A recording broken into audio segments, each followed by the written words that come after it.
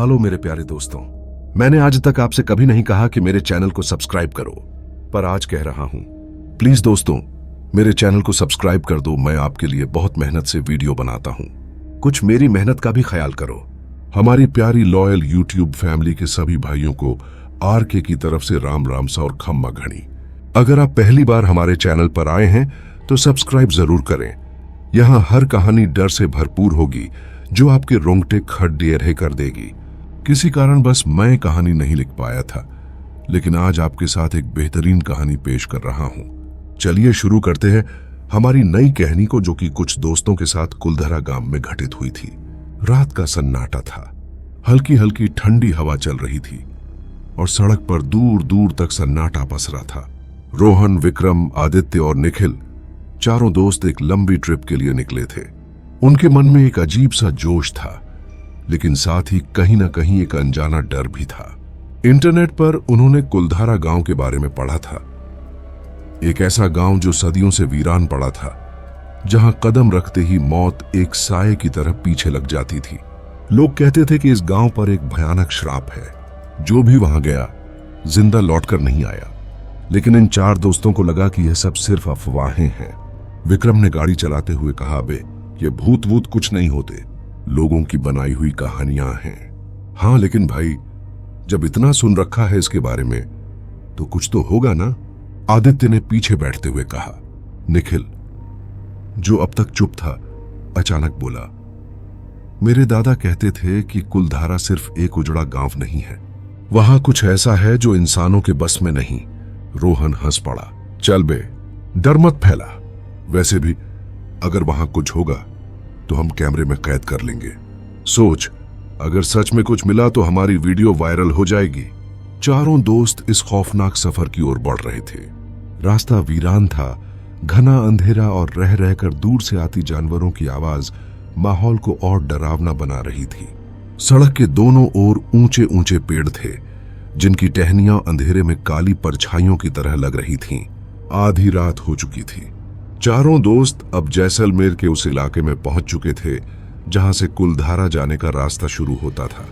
वहां एक पुरानी टूटी फूटी बोर्ड लगी थी, आगे जाना मना है, वरना आपकी मौत निश्चित है। गाड़ी के ब्रेक अचानक लगे। विक्रम ने बोर्ड की ओर इशारा करते हुए कहा, "अबे देख, ये क्या लिखा है?" निखिल के माथे पर पसीना छलक आया। "भाई, शायद हमें लौट जाना चाहिए।" रोहन ने हंसते हुए बोर्ड पर हाथ मारा। "डरपोक मत बनो, अब जब यहां तक आ ही गए हैं तो अंदर जाने का मजा भी लो।" विक्रम ने गाड़ी फिर से स्टार्ट की और कुलधारा के वीरान रास्तों की ओर बढ़ा दी। कुलधारा वहां से करीब 45 किलोमीटर आगे था। अंधेरा गहराता जा रहा था। जैसे जैसे वे गांव के करीब पहुंच रहे थे, अजीब सी ठंडक महसूस होने लगी। हवा में कुछ था, जैसे कोई छुप कर देख रहा हो, जैसे कोई उनका इंतजार कर रहा हो। तभी अचानक गाड़ी के बोनट पर जोर की आवाज हुई। धड़ाम! चारों की चीखें निकल गईं। "अबे क्या था ये?" आदित्य घबराकर बोला। विक्रम ने हड़बड़ाकर बोनट की ओर देखा। वहां कुछ नहीं था, लेकिन गाड़ी पर ताजा खून के निशान थे। रोहन ने कांपते हाथों से टॉर्च निकाली और बाहर झांकने लगा। अंधेरे में कुछ हिलता डुलता दिखा। वहां पर किसी की एक परछाई थी। कोई वहां खड़ा था। वो एक अजीब सा साया था जो कि काले कपड़ों में लिपटा हुआ था। जब उसके चेहरे को गौर से देखा तो बिना आंखों वाला चेहरा था। और फिर सन्नाटे में एक दिल दहला देने वाली चीख गूंज उठी। सभी ने उस तरफ देखा जिधर से उन्हें चीख सुनाई दी, लेकिन अब वहां पर कोई नहीं था। चारों की डर से हालत पतली हो गई थी। चारों एक दूसरे की तरफ देखने लगे। रोहन ने सभी से कहा, "भाई, अभी तक तो कुलधरा आया ही नहीं है और इस तरह की घटनाएं होने लग गईं।" निखिल ने कहा, "यह कुछ भी नहीं है, इस तरह की घटनाएं यहां पर आम बात है।" कहा, "तुम तो चलो, आज कुलधरा घूमकर ही आना है।" वो चारों जल्दी से अपनी गाड़ी में बैठे और गाड़ी को स्टार्ट करके वहां से भागने लगे। गहरी रात का सन्नाटा था। राजस्थान की गर्मी के बावजूद हवा में अजीब सी ठंडक घुली हुई थी। चारों दोस्तों की जीप वीरान सड़क पर दौड़ रही थी। हेडलाइट की तेज रोशनी रेत से भरी उस ऊबड़ खाबड़ सड़क को चीर रही थी, लेकिन चारों ओर घना अंधेरा पसरा था। रोहन, विक्रम, आदित्य और निखिल चारों अब भी उस अजीब हादसे के बारे में सोच रहे थे जो कुछ देर पहले हुआ था। गाड़ी के बोनट पर जोर की आवाज, खून के निशान और वो साया जिसने उन्हें मौत की तरह घूरा था। लेकिन किसी ने कुछ नहीं कहा, बस अंदर ही अंदर बेचैनी महसूस हो रही थी। तभी दूर सड़क के किनारे एक बुजुर्ग खड़ा दिखाई दिया। सफेद धोती कुर्ता पहने, लाठी के सहारे खड़ा, सूखा चेहरा और आंखों में गहरी उदासी। वह इशारे से गाड़ी रोकने को कह रहा था। विक्रम ने धीरे से ब्रेक दबाया। जीप रुकते ही चारों ने एक दूसरे की ओर देखा। अबे रात के इस वक्त यहां ये बुढ़ा क्या कर रहा है? आदित्य ने फुसफुसाते हुए कहा। कोई मजदूर होगा, लिफ्ट मांग रहा होगा, रोहन ने कहा और खिड़की से बाहर झांका। बाबा क्या हुआ? बूढ़े ने कांपती आवाज में कहा। बेटा कहां जा रहे हो? कुलधारा, विक्रम ने बिना कुछ सोचे जवाब दिया। इतना सुनते ही बूढ़े के चेहरे का रंग उड़ गया। उसकी आंखें डर से फैल गईं। नहीं, वहां मत जाओ, वहां अंधेरा सब कुछ बदल देता है। उसकी आवाज किसी गहरी चेतावनी की तरह गूंज उठी। चारों दोस्तों ने एक दूसरे की ओर देखा। बाबा हम घूमने जा रहे हैं, सब कहानियां हैं, हम इन बातों में विश्वास नहीं रखते, निखिल ने हंसते हुए कहा। बूढ़ा धीरे से जीप के पास आया और कांपते हाथों से विक्रम के कंधे पर हाथ रखा। उसकी उंगलियां बर्फ जैसी ठंडी थीं। बेटा मैंने अपनी आंखों से देखा है, जो वहां जाता है वापस नहीं आता। तुम्हें पता नहीं कि तुम क्या करने जा रहे हो। रात होने से पहले लौट आना, वरना। उसकी आवाज अचानक कांपने लगी, जैसे कोई अनहोनी याद आ गई हो। रोहन ने झुंझलाते हुए कहा। बाबा हम डरने वालों में से नहीं हैं, हमें जाने दो। बूढ़े ने एक गहरी सांस ली और धीरे से पीछे हट गया। अगर फिर भी जाना चाहते हो तो कम से कम इस धागे को अपने हाथ पर बांध लो। उसने एक काले धागे की ओर इशारा किया जो उसकी जेब से झांक रहा था। यह सब अंधविश्वास है, आदित्य ने कहा और जीप का इंजन स्टार्ट कर दिया। बूढ़ा चुपचाप खड़ा रहा, उनकी आंखों में झांकते हुए, जैसे वो पहले से जानता था कि अब कुछ बहुत बुरा होने वाला है। जैसे ही गाड़ी आगे बढ़ी, पीछे देखते ही चारों दोस्तों के रोंगटे खड़े हो गए। बूढ़ा वहां नहीं था। जहां वो खड़ा था वहां सिर्फ रेत उड़ रही थी और उसके पैरों के निशान धीरे धीरे मिट रहे थे। सूरज धीरे धीरे पश्चिम की ओर ढल रहा था। आसमान पर लाल नारंगी रंग की लकीरें फैल चुकी थीं और रेत के टीलों पर गिरती सूरज की आखिरी किरणें एक डरावना साया बना रही थीं। जीप धीरे धीरे कुलधारा गांव की सीमा में प्रवेश कर रही थी। चारों दोस्तों ने दूर से ही उस उजड़े गांव को देख लिया।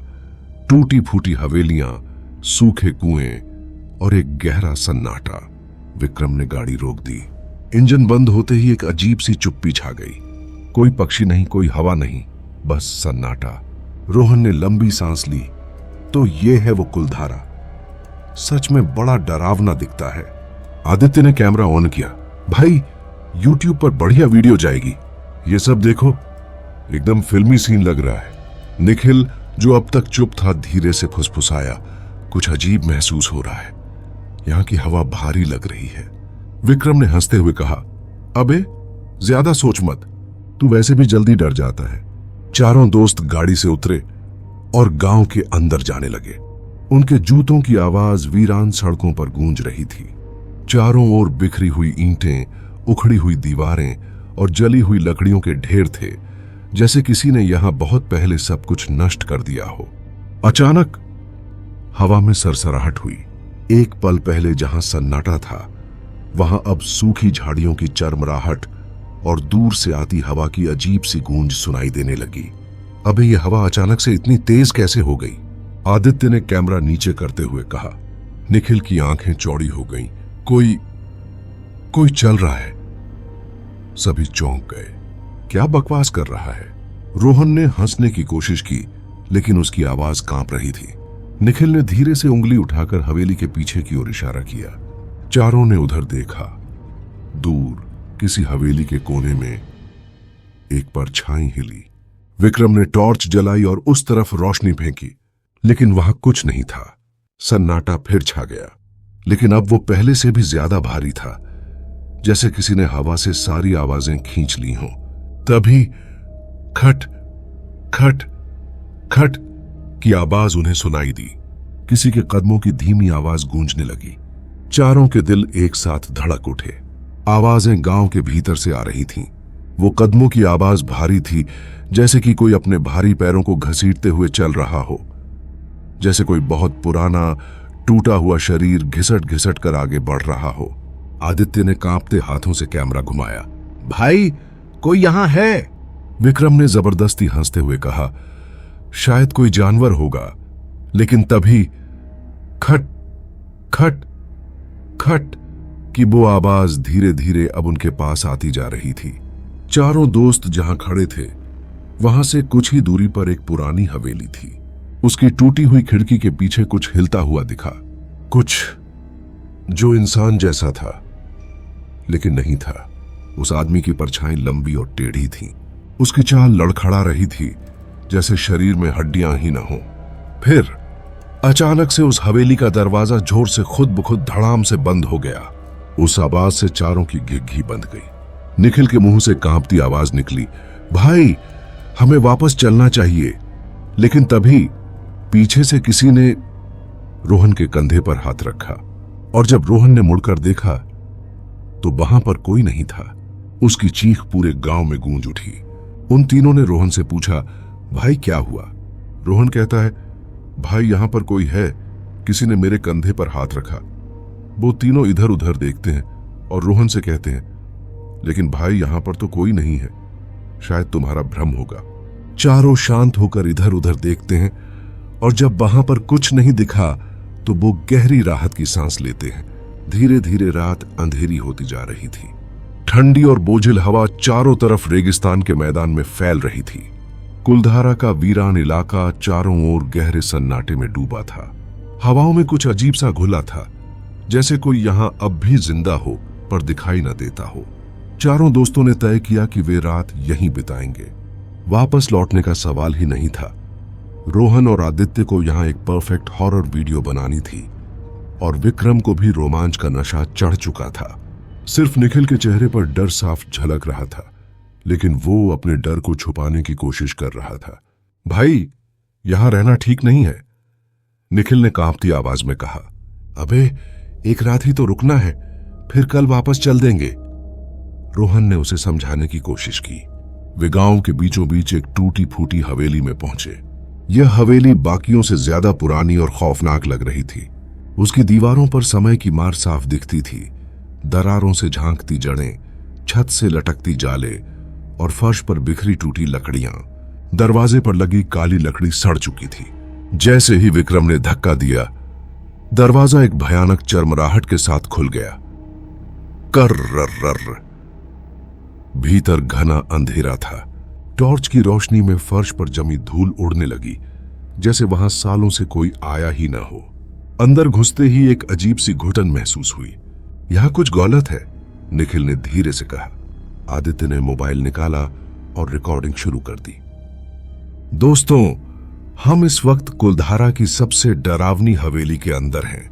क्या यहां सच में कुछ है? आइए पता लगाते हैं। चारों ने कोनों में पड़े टूटे हुए दरवाजों और पुराने बर्तनों को टटोलना शुरू किया। रात गहरी हो चुकी थी।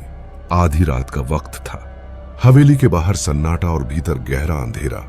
ठंडी हवा की हल्की सरसराहट कभी कभी बंद खिड़कियों को हिला देती थी, जिससे एक अजीब सा कंपन महसूस होता। विक्रम जमीन पर सोने की कोशिश कर रहा था, लेकिन उसकी आंखें बार बार खुल रही थीं। उसे कुछ अजीब लग रहा था, जैसे कोई उसे देख रहा हो, कोई बहुत पास हो मगर दिखाई न दे रहा हो। अचानक सर्रर्रर्र की आवाज आई।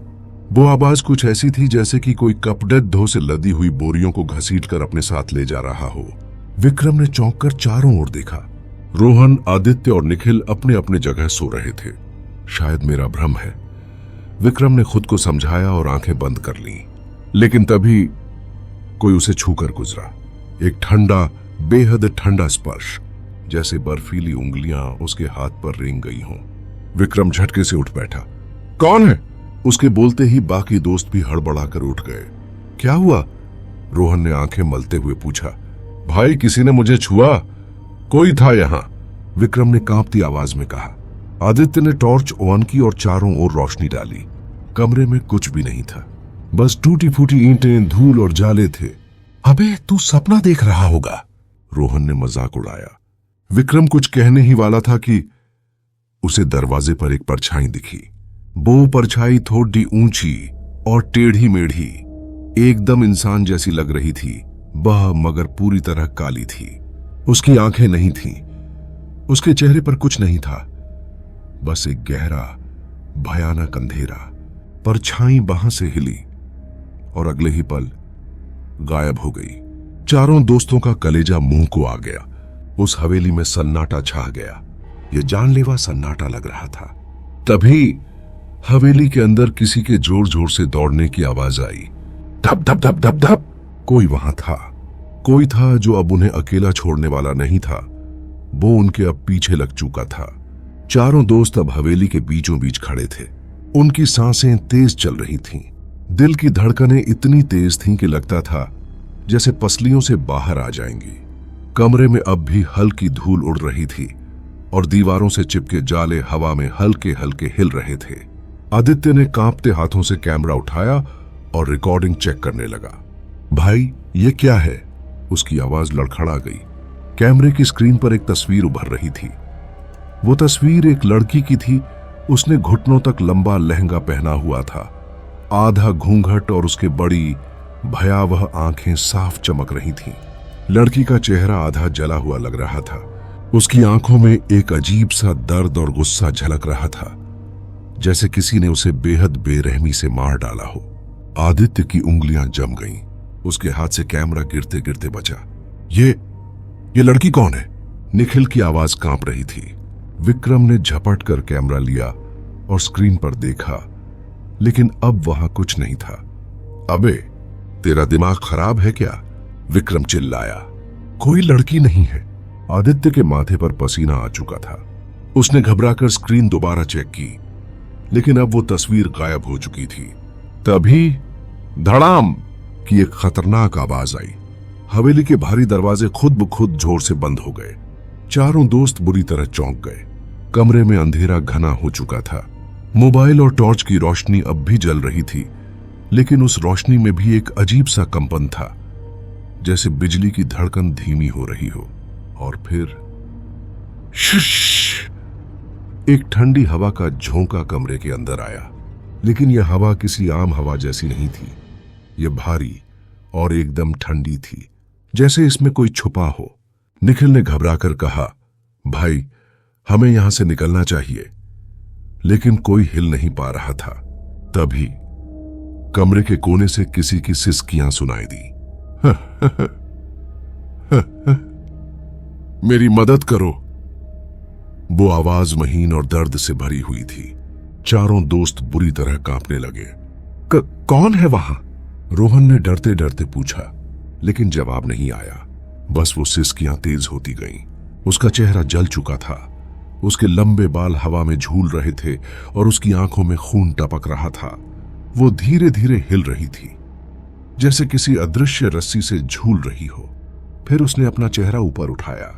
उसके होंठ हिलने लगे और एक फटी हुई दहशत भरी आवाज निकली, मेरी मदद करो, मुझे मत मारो। और फिर एक जोरदार चीख के साथ हवेली का पूरा कमरा हिल उठा। उस लद्दाखी की दर्द भरी चीख उस कमरे में गूंज उठी। वो उल्टी लटकी हुई लड़की अब भी हवा में झूल रही थी। उसके बाल हौले हौले लहराते थे, जैसे कोई अदृश्य ताकत उन्हें हिला रही हो। उसकी जली हुई त्वचा से धुआं उठ रहा था और उसकी सफेद खाली आंखें चारों दोस्तों को घूर रही थीं। निखिल बुरी तरह घबरा चुका था। उसकी सांसें तेज हो गई थीं। दिल की धड़कन इतनी तेज थी कि बाहर से भी सुनाई दे रही थी। भाई मुझे यहां से निकलना है, उसने कांपते हुए कहा।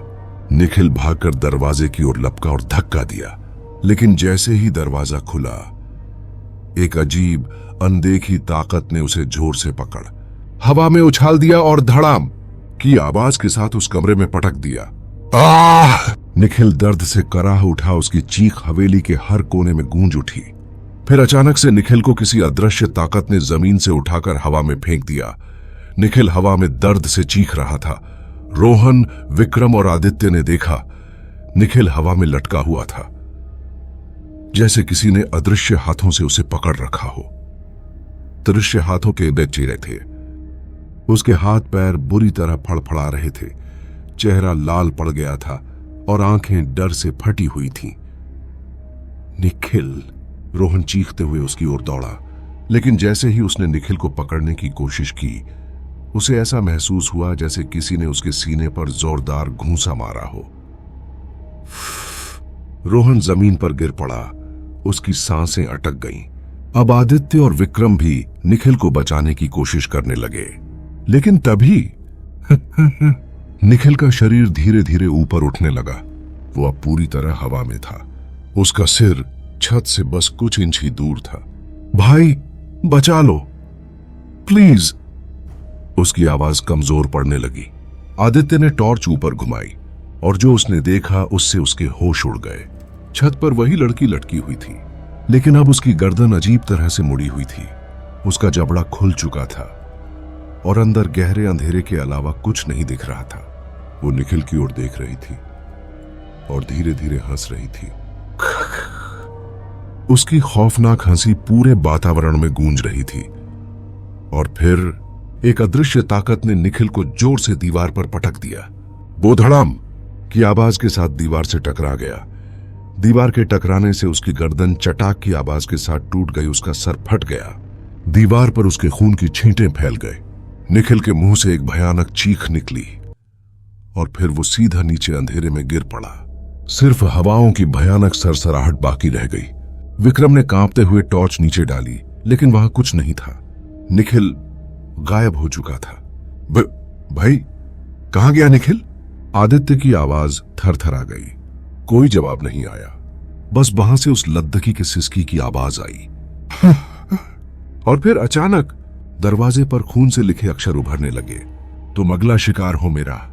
हवेली के अंदर अब मौत का सन्नाटा पसरा था। ठंडी हवा का एक तेज झोंका गुजरा और साथ ही दूर कहीं उल्लू की कर्कश आवाज गूंज उठी। रोहन, विक्रम और आदित्य बुरी तरह हाँफ रहे थे। भाई, हमें यहां से अभी भागना होगा, रोहन ने कांपती आवाज में कहा। लेकिन निखिल, विक्रम ने घबराकर कहा। आदित्य ने धीरे से दरवाजे की ओर देखा जहां खून से लिखा था, तुम अगला शिकार हो मेरा। अब उनके पास और कोई चारा नहीं था। तीनों पागलों की तरह हवेली से बाहर भागे। उनके पैरों के नीचे सूखी पत्तियां चरमरा रही थीं और उनके पीछे अंधेरे में कोई साया हिल रहा था। हवेली से बाहर निकलते ही उन्हें अपनी जीप दिखाई दी जो धूल से ढकी हुई थी। वे पूरी ताकत से गाड़ी की ओर दौड़े। गाड़ी स्टार्ट कर, जल्दी, विक्रम ने चिल्लाते हुए कहा। आदित्य ने कांपते हाथों से चाबी घुमाई। ठक ठक ठक। गाड़ी स्टार्ट नहीं हुई। साली, चलना। आदित्य ने पूरी ताकत से इग्निशन घुमाया, लेकिन इंजन जैसे मर चुका था। वो स्टार्ट होने का नाम ही नहीं ले रहा था। रोहन और विक्रम पीछे की ओर देखने लगे। अंधेरे में हवेली अब भी शांत खड़ी थी, लेकिन ऐसा लग रहा था जैसे वो जिंदा हो और धीरे धीरे सांसें ले रही हो। तभी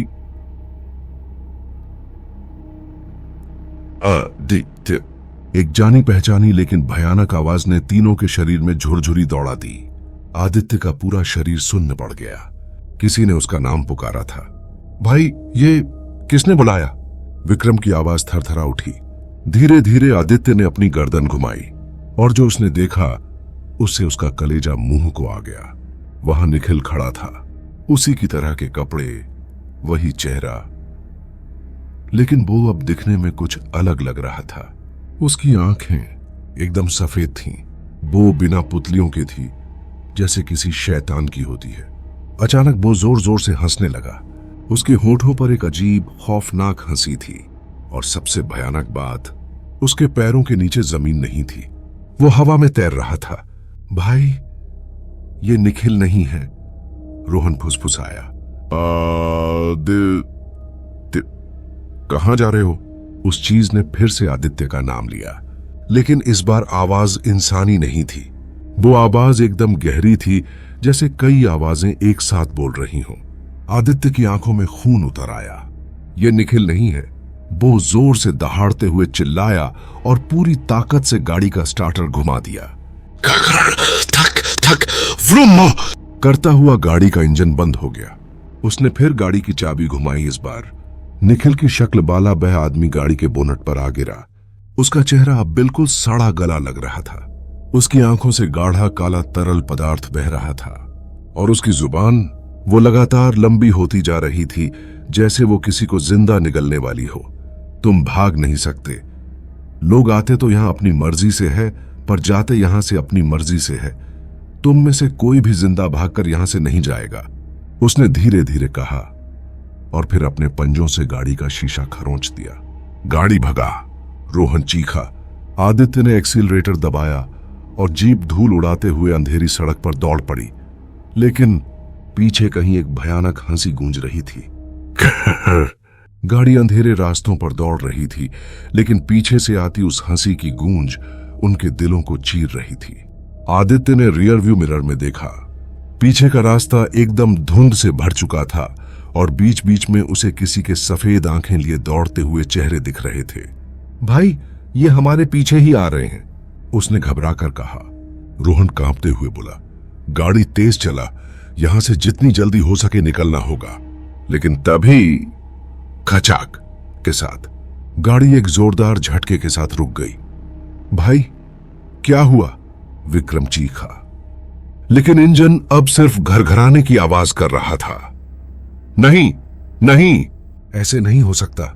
तभी घड़म, गाड़ी के नीचे कुछ हिला और अगले ही पल आदित्य की चीख निकल गई। उसके पैर अचानक जमीन के अंदर धंसने लगे। भाई, कोई मुझे खींच रहा है। उसने दोनों हाथों से गाड़ी के दरवाजे को कसकर पकड़ लिया, लेकिन एक अदृश्य ताकत उसे नीचे खींच रही थी। आदित्य! रोहन और विक्रम ने उसे बचाने के लिए उसका हाथ पकड़ने की कोशिश की, लेकिन कड़ाक की आवाज के साथ एक झटके में आदित्य की उंगलियां दरवाजे से छूट गईं और वह जमीन में समाने लगा। वो दर्द से जोर से चीखने लगा, बचाओ मुझे। उसकी चीख पूरी रात में गूंज उठी और अगले ही पल वह पूरी तरह जमीन के अंदर समा गया। चारों ओर सन्नाटा छा गया। रोहन और विक्रम के दिमाग सुन्न पड़ गए। भाई भाई, विक्रम रोने लगा। तभी गाड़ी का हॉर्न अपने आप बजने लगा। पोन पोन पोन पोन पोन। विक्रम घबराकर पीछे मुड़ा। उसने देखा कि उनकी गाड़ी की स्टीयरिंग अपने आप हिल रही थी और गाड़ी के शीशे पर धूल से एक शब्द लिखा था, यहां से कोई भी भागकर जिंदा नहीं जाएगा। हाँ, हमें भागना होगा, रोहन ने कहा। लेकिन तभी विक्रम को कुछ याद आया। उसने अपनी जेब से एक लाल धागा और एक छोटी सी भभूत की पुड़िया निकाली। मुझे बचपन में दादी ने सिखाया था कि जब कोई आत्मा पीछे पड़े तो हनुमान चालीसा पढ़नी चाहिए। उसकी आवाज कांप रही थी, लेकिन उसने रोते हुए श्री हनुमान चालीसा की प्रथम चौपाई पढ़नी शुरू की। तभी खचाक की आवाज के साथ विक्रम की गर्दन झटके से पीछे मुड़ गई। उसकी चीख हलक में ही घुट गई और उसकी आंखें सफेद होने लगीं। उसके गले पर नीले काले उभरते निशान दिखने लगे, जैसे किसी ने रस्सी से उसे घोंट दिया हो। विक्रम! रोहन ने उसे झकझोरने की कोशिश की, लेकिन अब विक्रम के मुंह से कोई आवाज नहीं निकल रही थी। उसकी आंखों से खून की एक पतली धारा बहने लगी। उसका शरीर तड़पने लगा और फिर धड़ाम की आवाज के साथ वह गाड़ी के बाहर सड़क पर गिर पड़ा। रोहन उसके पास गया और उसे उठाने लगा, लेकिन उसके प्राण पखेरु हो चुके थे। वो मर चुका था। उसका बेजान शरीर जमीन पर पिटी डीधा हुआ था। अब रोहन अकेला बचा था। रोहन की सांसें बेतहाशा चल रही थीं। उसका शरीर पसीने से भीगा हुआ था। चारों ओर घना अंधेरा था और हवेली की टूटी फूटी दीवारों के बीच वह छुपा कांप रहा था। बाहर किसी के कदमों की आहट थी, लेकिन इंसानी नहीं, जैसे नुकीले पंजे पत्थरों को खरोंच रहे हों। खर खर खर। उसकी धड़कन रुकने को थी। अगर मैं यहां रुका तो मैं भी मर जाऊंगा। लेकिन अब उसके सामने एक सवाल था, यहां से कैसे बचे? हवेली की खिड़की से उसने बाहर झांका। घने कोहरे के बीच कई साए घूम रहे थे, कुछ झुके हुए, कुछ सीधे खड़े और कुछ हवा में तैरते हुए। उनकी सफेद आंखें अंधेरे में चमक रही थीं। ये भागने नहीं देंगे। अचानक उसके ठीक पीछे फर्श पर कुछ खिसका। कच रोहन झटके से पलटा, लेकिन वहां कुछ नहीं था। फिर एक ठंडी सड़ी गली बदबू उसके नाक में भर गई। किसी ने उसके कंधे पर हाथ रखा। रोहन, वह विक्रम की आवाज थी, लेकिन यह मुमकिन नहीं था। विक्रम मर चुका था। रोहन की चीख हलक में ही घुट गई। उसने धीरे धीरे सिर घुमाया। विक्रम वहीं खड़ा था, लेकिन उसका चेहरा गल चुका था। आंखों की जगह खाली काले गड्ढे थे और उसका जबड़ा अधूरा लटक रहा था। तू नहीं बच सकता। विक्रम की आवाज एक सड़ी गली फुसफुसाहट में बदल गई। रोहन की आंखों के आगे अंधेरा छाने लगा। सब कुछ धुंधला पड़ने लगा। उसने महसूस किया कि उसके पैरों के नीचे की जमीन नरम हो रही है, जैसे वह किसी दलदल में डूब रहा हो। नहीं, मैं नहीं मरूंगा। आखिरी ताकत लगाकर उसने अपनी जेब में रखा विक्रम का लाल धागा निकालकर अपनी कलाई पर बांध लिया और जोर से चीखा, मुझे छोड़ दो। अचानक एक जोरदार हवा का झोंका उठा और हवेली में रखे पत्थर, लकड़ियां और टूटी ईंटें इधर उधर उड़ने लगीं। गड़गड़ गड़गड़ गड़गड़ की आवाज चारों तरफ से आने लगी। पूरे गांव में हलचल मच गई।